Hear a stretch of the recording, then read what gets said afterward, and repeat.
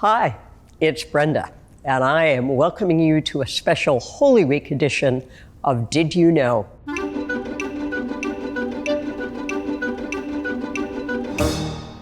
This Sunday is Palm Sunday. There will be palms waving. We're going to start in the park. We're going to come in, and it's going to feel pretty exciting, though the service gets a little sadder as it goes on. But it's really starting on Monday that we come into Holy Week. And there are some very special services that we do during Holy Week that we don't do any other time of the year. So I want to tell you about those. It seems a little dark in here. It is. The first service we do, the first special service for Holy Week, is on Wednesday, and it's called Tenebrae. Tenebrae is a Latin word. I don't use it. I never have heard it used for anything except this service, but it means shadows. And it's when we remember that this whole week is getting darker and darker as Jesus moves closer to the cross and to his death. So in this service, we really do use the shadows. It starts with not very much light, and it gets darker and darker and darker. And then there is a very loud crash. I've heard it for years because I'm always in this service, but it still makes me jump every time. That's actually good news in the service because it reminds us that the darkness doesn't last, and it's Jesus who bursts out of the tomb at the end.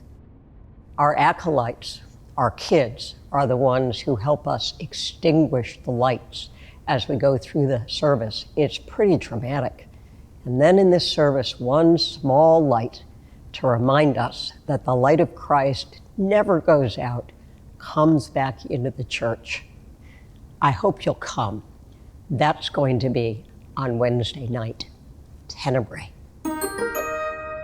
During Holy Week, we're remembering everything that happened that led Jesus to die on the cross on Good Friday until we get up to Easter at the end of the week.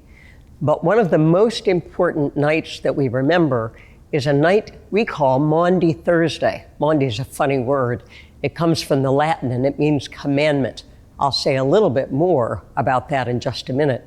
But what we really remember on Maundy Thursday is Jesus having the Last Supper with his friends. And it's the Last Supper where we learned and saw what would become our celebration of communion. Up here on the reredos, we have a picture of the Last Supper. Jesus had 12 disciples, but if you count, there are only 11. You'll see there's one stool, doesn't have a person on it, but it has a cloak because someone left the room.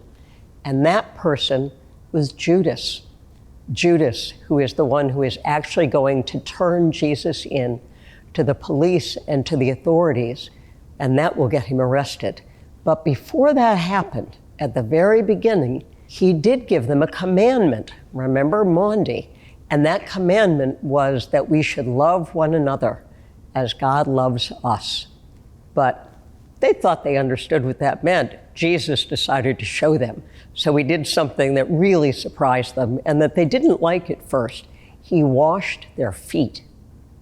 What a strange thing to do.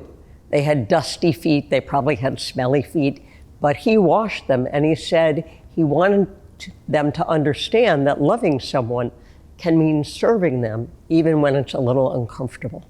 So on Maundy Thursday, at our service on Thursday afternoon, just for kids, we'll hear about the Last Supper and we'll have a chance to wash each other's feet. So I hope you'll come. And don't worry, the adults are going to do the same thing later on that night. So now I want to tell you a little bit about Good Friday. You'll remember on Maundy Thursday, we know that Judas betrayed Jesus, but it got even worse. One of his very best friends, Peter, denied ever having known Jesus after he got arrested. And the soldiers did terrible things. They whipped him, they put a crown of thorns on his head, and then all of his disciples ran away because they were so scared that they might get arrested too. And at the end of that, Jesus dies on the cross. We call that the crucifixion. We have an image of that here in the church, and that's called a crucifix. It's the only one we have here because we know that what's most important is that death is never the end, but Jesus' resurrection and the promise of life is. But we have this one, and it comes to us from Africa. And so it's an African Jesus on the cross. That might seem strange to you. But all of us, when we remember that Jesus died for all of us, think of Jesus in ways that make sense to us and where we are and where we live. And so people who lived hundreds of years ago have crucifixes where Jesus looks the way people looked and even dressed hundreds of years ago. And our images of Jesus often have him look a little bit like some of the people we know. So for the Africans in Malawi who gave us this cross as a gift, they think of Jesus, and knowing he died for them, they see Jesus as they are seen, as Africans. But it's a reminder of a terrible, terrible dark time. Now on Good Friday at 4 o'clock, we have a special service just for kids. And at that service, we actually go through all of Holy Week. We start with Palm Sunday. We remember the Last Supper.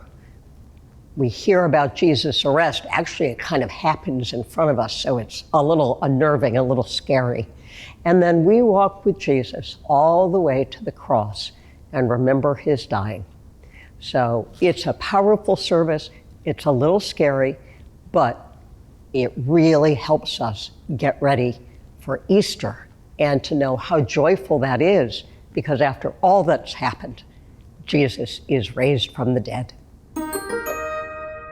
So all through Holy Week, we're following the story of Jesus going to the cross, and some of it does get a little dark and a little scary, but it all ends on Easter. And Easter is the most important day in the whole church year. It's even more important than Christmas, which might be hard to believe, but it's true, because that's when we know that Jesus rose from the dead, and that as he rises from the dead, we get the promise that all of us will also be raised up, that no one who dies is ever lost forever, because they're with God. So right now it's still Lent, but I know you remember that on Easter there are trumpets and drums and organs and flowers, and the place is beautiful, as it should be, as we remember Jesus' resurrection. So maybe you've heard someone talking about Holy Week, and you've wondered what that means and what that is. Well, now you know.